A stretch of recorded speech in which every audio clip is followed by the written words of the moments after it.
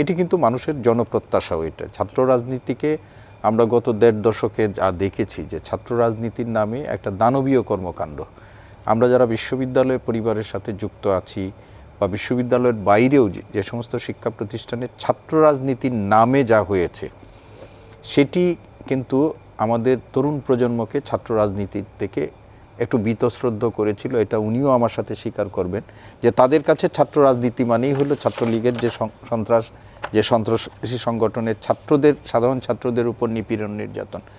কিন্তু আজকে এই জুলাইয়ের গণ অভ্যুত্থানের পর আপনি যদি শিক্ষা প্রতিষ্ঠানগুলোতে যদি দেখেন, সেখানে একমাত্র সন্ত্রাসী সংগঠন ছাত্রলীগ ছাড়া সেখানে কিন্তু সবাই এখানে আছে, যে নিষিদ্ধ সংগঠনটি ছাড়া।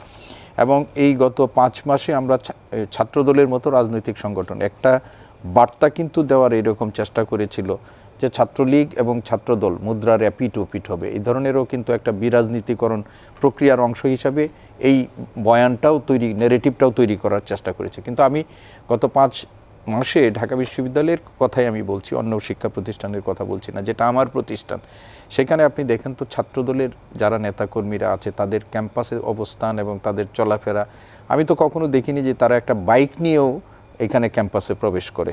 সাধারণ ছাত্রদের সাথে তাদের যে ওঠা বসা এবং ছাত্রদের কিছু মানে কল্যাণমুখী কর্মকাণ্ড, ক্যাম্পাস ক্লিনিং, ক্যাম্পাসকে রাখা, ক্যাম্পাসকে একটা পরিবেশ বান্ধব রাখা, এই ধরনের কর্মসূচি পালন করছে। তারা কিন্তু কোনো রাজনৈতিক কর্মসূচি সেই অর্থে ক্যাম্পাসে তারা পালন করছে না।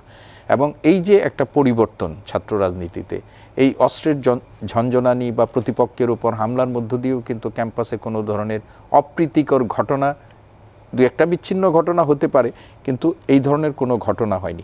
এটাও কিন্তু একটা গুণগত পরিবর্তন। এবং এই ছাত্র রাজনীতির এই যে নতুন ধারার প্রবর্তন, এইটাকে ধরে রাখতে হবে। এবং এইটা ধরে রাখার জন্য ছাত্র সংগঠনগুলোর যেরকম ভূমিকা থাকতে হবে, একই সাথে আমরা যারা অন্য স্টেক হোল্ডাররা আছি সেই রকম ক্যাম্পাসে ছাত্র রাজনীতি বান্ধব একটা পরিস্থিতি বা ছাত্র বান্ধব রাজনীতি যারা যেন প্রত্যেকটা সংগঠন করে, সেই ধরনের করতে হবে।